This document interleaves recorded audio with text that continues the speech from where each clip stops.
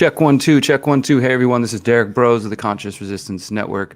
Thank you guys for tuning in. Today is Thursday, June 11th, 2020, and I'm going to be covering day 3 of the fluoride trial, which was yesterday. There is no court today, Thursday. It will resume tomorrow at 8 a.m., I believe, Pacific time, and I will continue to cover it. For those who have not been keeping up, I've been covering it on my Twitter account, and I'm going to show you guys that in just a moment. And you don't even have to have a Twitter account if you want to follow my account. You can just go to the Twitter page and just kind of follow it throughout the day and share that information. I'm also trying to post it on Float and Facebook, but honestly, guys, it's just too much. So I'm focusing on one area, and that is Twitter. I will be posting an article tomorrow, Friday, which will be a summary of the entire week that you can share with your friends and family so you can educate them about what's going on. And if you're watching right now, guys, scroll down below the video, look in the video description. If you're totally unaware of this trial and what I'm talking about, look at my article from The Last American Vagabond, and you can get caught up with this whole situation. Before we go any further, though, I want to remind you guys to bookmark theconsciousresistance.com. This is my website that I've been running since 2012. You can find books, articles, documentaries, interviews, essays, podcasts. You can find conscious music. You can order some shirts. You can also follow me on minds.com. You can join Hive for those who are into crypto, decentralized blockchain-based social media networks. You can join our Discord channel. If you want to get text list updates right to your phone, I highly recommend clicking this little bubble over here, this thought bubble. Please do that. And support alternative social media networks. Float.app/conscious resistance. That's FLOTE. And of course, my videos are also on BitChute and Library. And finally, if you'd like to support me monthly, you can do so on Patreon. If not, if you want to do a one-time support and you're interested in buying Kratom or CBD, click this on the right side, and that goes to help support our work. So, all right, guys, let's move on to it. Here's my Twitter account. For those who don't know how to spell my last name, it's Broze. So when I say I'm at D, as in Derrick, Broze, Broze, live free, that's my Twitter account. You just go to twitter.com/DBroze live free. So yesterday, the trial began, and it continued with the testimony of Dr. Howard Hu, who testified on day 1 on Monday. And the attorneys for the Fluoride Action Network asked Dr. Howard Hu if creatinine, could be responsible for studies showing fluoride, studies showing fluoride responsible for lower IQ levels. Dr. Hu said no. So let me explain that briefly. Creatinine is a substance that keeps coming up often in this trial, and I actually found the definition for it right here. Creatinine is a waste product produced by muscles from the breakdown of a compound called creatine, which many of you are probably familiar with. Creatinine is removed from the body by the kidneys, which filters out almost all of it from the blood and releases it to the urine. So the study that Dr. Howard Hu was talking about was studying mothers' urine, and they were testing their urine, like I think in the morning, their first piss of the day, and then having them hold it, and then the second piss of the day. And so the government was trying to argue that, well, if people are fasting in the morning, say they're not eating anything, or maybe in the afternoon, then that can change the creatinine levels in their system. And then they were supposing that creatinine then could somehow produce a result that shows that IQ levels are lowered. And when Dr. Howard Hu was asked if that was possible, as I just showed you, he said, absolutely no. There's no way that creatinine could be responsible for what they are showing that fluoride is actually doing. So that was kind of a big moment, because I'll tell you guys, it's been, for anybody who's been watching the Zoom call, it's been a pretty interesting trial. I cover a lot of trials, and some of them can be pretty boring and lots of legalese and just time consuming. This one has actually been, I dare say, riveting, with a few moments taking place. So then after that, the Fluoride Action Network ended their question of Dr. Howard Hu, and the government attorneys for the EPA cross-examined him. And the cross-examination wasn't very long. And then Judge Edward Chen has a few questions regarding the fluoride studies. One thing I want you guys to understand, because I said this comment yesterday, and I think it triggered some people, it is absolutely 100% the Trump administration that is basically fighting Fluoride Action Network. You can argue, well, Trump has nothing to do with this. Trump is the president. It is the Trump administration. It is the Trump Department of Justice, the Trump EPA. And if you've been following for years, Trump has been putting in big oil and corporations that do not give a damn about the environment or the people, I would say, into the Environmental Protection Agency. So now it is the Trump administration's Department of Justice and the Environmental Protection Agency, which is fighting this case and basically trying to stop fluoride from being removed from the water. That's just the facts. You can, make up whatever excuse you want, but that's a fact. Judge Chen then asked the witness, Dr. Howard Hu, if he thinks there's enough evidence of fluoride toxicity based on other studies. And Dr. Hu, which I think this is a very good position, and it shows that he has credibility, he declined to offer an opinion because he said he is still in the process of researching, and he basically didn't want to offer opinions on other studies. So he said, I respectfully decline to give an opinion, but he went on to say, where is it at? He does express confidence in his own work showing toxicity in young children. So basically he was saying, like, look, I can't comment on the other studies that are out there that are, talking about fluoride. I'm just going to stick to commenting on what I know. And he said he is completely confident in the work that he has done, which has shown that fluoride is a neurotoxin, and particularly prenatal in children, and of course in mothers and adults. And I mean, it affects us so many ways, but this trial has particularly been focusing on the neurotoxicity, so the effect that fluoride has on the brain. But for anybody who's done the research over the years, we also know that fluoride affects bones, it affects the kidneys, it affects the liver, it affects the thyroid, it affects the pineal gland. So it's important to understand that. The Fluoride Action Network then called their next witness, which was Bruce Lanphear. He was called to the stand, and let me give you a little bit of background on who he is. Dr. Lanphear is the co-principal investigator of an ongoing study to examine the impact of early life fluoride exposures on intellectual abilities in a cohort of mothers and offspring from Canada known as the MIREC study. So they kept saying MIREC. For anybody who was listening, you might not have understood, but that's just a reference to his study. And he has also done some work about lead in the blood, lead in the human body. And so he was being questioned about that. And that's another interesting thing, is it's been well documented for decades now how dangerous lead can be in the human body when it's absorbed and when it circulates through our system. And they're doing a good job. The Fluoride Action Network, particularly Michael Conant of the Fluoride Action Network, is doing a good job showing, showing that in the same way we recognize the trauma and the trouble that happens when we're exposed to lead in our systems, the same way fluoride is also affecting us. So they're trying to draw a correlation, say, look, we already have the studies for lead, and now we have a similar thing with fluoride. We should treat them the same. Michael Conant of Fluoride Action Network asked Dr. Lanphear how he would describe the peer review process of his study by JAMA. Lanphear says it was the most rigorous that he'd ever seen. And so he's basically trying to, pad his study and show that it's good work. Dr. Lanphear testified that his study found diminished IQ scores as a result of water fluoridation. And again, we've known about this for a decade almost now. Dr. Lanphear also discredits the EPA position that creatinine is causing the harm attributed to fluoride. So yeah, as I said, you can see that that they're trying to find, the government, the EPA is trying to find an argument that they can say it's not fluoride, it's, they didn't do a good enough study, and they're finding dangers due to other factors, so other confounding factors. And this was an interesting aspect. Dr. Lanphear testified that fluoride produced a more profound effect on nonverbal IQ than verbal IQ, which is just an interesting piece of knowledge. So it affects nonverbal IQ more than verbal IQ. So maybe things that are easier to miss than something that's more obvious. And then this was a really powerful point, I think, because I plan to do an investigation into Exponent Incorporated.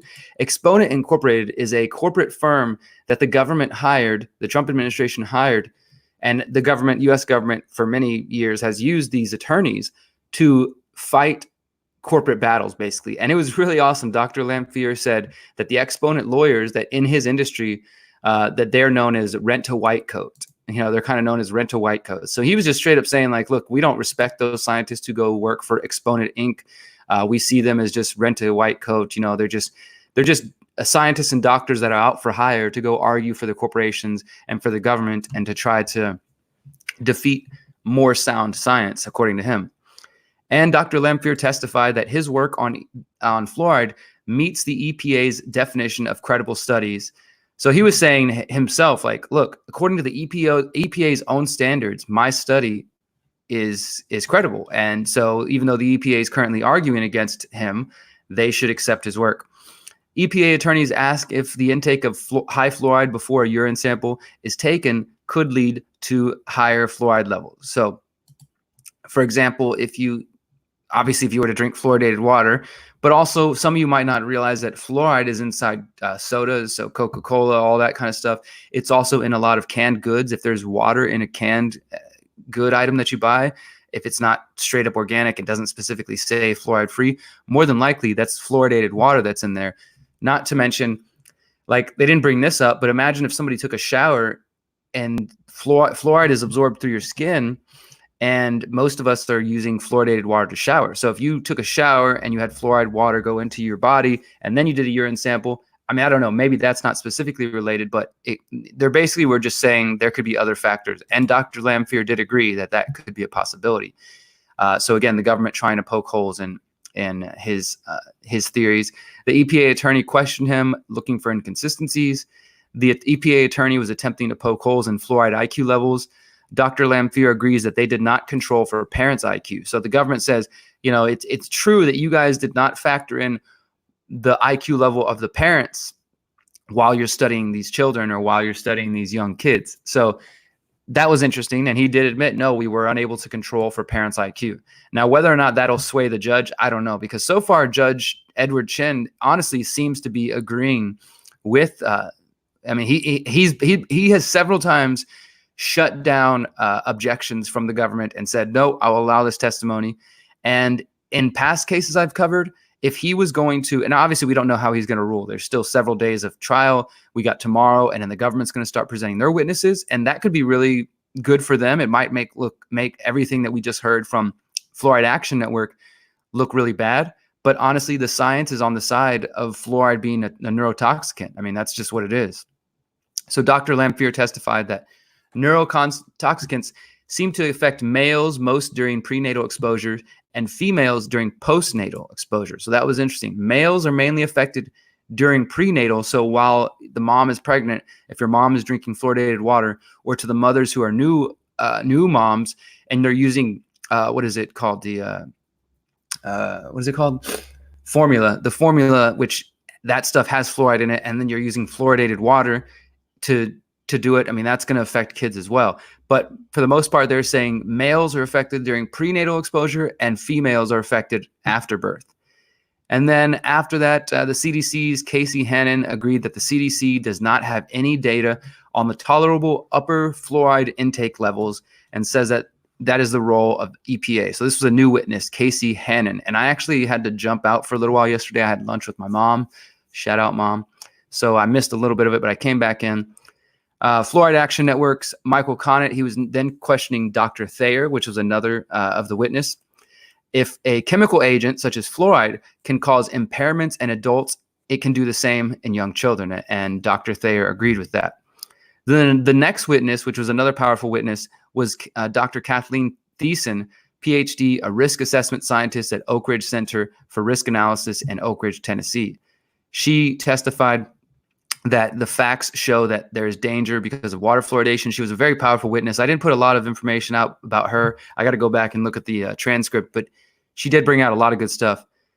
Dr. Theer was still testifying. She was explaining how fluoride animal studies relate to human risk, and there was just lots of good information coming out. And this was a big moment, I thought. They asked her to explain how, how fluoride operates, and she said that fluoride, that sodium fluoride specifically, is a pesticide added to U.S. water supplies. And again, when we talk about fluoride, you have sodium fluoride, you have hydrofluorosilicic acid. There's several different components. You've got the fluorine molecule. I mean, so people often get confused when they hear that term, but she specified, she said, look, sodium fluoride is a pesticide that is added to the water supply. And she clarified, but it's not being used for pesticide purposes, but it is being put into the water. And then at that point, court adjourned for the day. And testimony, as I said, resumes Friday at 8:30 p.m. And and so that's kind of where we're at, guys. It was a big day. Like I said, I'm going to write an article and cover everything that has taken place over Monday, Tuesday, Wednesday, and And I see a couple of comments here. I'll go over them. Heady Mental says the best thing you can do is stop drinking, cooking with tap water. Maybe check out high fluoride foods, beverages. Stop eating processed food in general. Stop eating processed food. Stop drinking fluoridated water. I've been all around the United States, and nearly everywhere I've been, they have these, sometimes they're called penguin stations or the windmill stations, where you can go refill 5-gallon jugs for like $1.50. And I think most of us can afford $1.50 for 5-gallon jugs of water. And what I do is we have several of those. So we go to the store and we fill up 3 or 4 5-gallon jugs. So that's maybe $5 that it'll cost you. And then you have good, clean water for drinking, for cooking with, and everything else like that. And then, of course, you can get shower filters, you can get sink filters. Those are sometimes more expensive than some people can afford. But there are definitely some that are within $100 range. But the whole point is, because of the work of, if you guys see the comment from Jay Standards, Jay is with Fluoride Action Network. So thank you, Jay, and everybody else, Michael Connett, Paul Connett, who's working hard on this. Without them, and because of their efforts, you might not have to buy fluoride filters pretty soon. This could potentially lead to the end of fluoridation in the United States. And even our friends who are listening from outside the United States, as I know some of you are, this could be a big move that could lead to people in other countries saying, you know what, well, if the United States is now getting rid of fluoride, then maybe we should do something similar. So it could be a big stuff. It could be a big step for all of us and all of our health. So please do support the Fluoride Action Network however you can. Do whatever you can to spread the word, because as you guys have noticed, none of the mainstream is covering this. There's not even many in the alternative media that are covering it. I don't know any other channels that are really covering this at the moment. So I'm going to continue to do my best. I will be completely available Friday. So I'll be in there. I'll be live tweeting. I'll be talking about, and like I said, I'll be putting out a full article about the whole week. And then Friday evening, I'm going to be interviewed by Ryan of The Last American Vagabond, which is, of course, one of the places I work for. And we'll be doing a full breakdown. So I've been doing these daily recaps, but we're going to go even deeper on Friday evening on The Last American Vagabond. And I appreciate everybody who is following. My fluoride filter costs way too much to add onto my system. Makes me so angry that I have to pay more to not be poisoned. Isn't that crazy, K-Flow? Here in Houston, I don't know how it operates everywhere else, but in Houston, when you pay your water bill to the city, that water bill actually goes towards a fund to put fluoride in the water. So when you pay your water bill, you're literally paying to put fluoride into your own water if you're using the city. So it's unfortunate, and that's how many of the systems are set up. Of course, reverse osmosis. Many of us know about reverse osmosis. Davey Cole says, thank you again. Spring water has a lower fluoride content on average than purified. There's still fluoride in most bottled waters. This is what I was telling my mom yesterday at lunch, actually.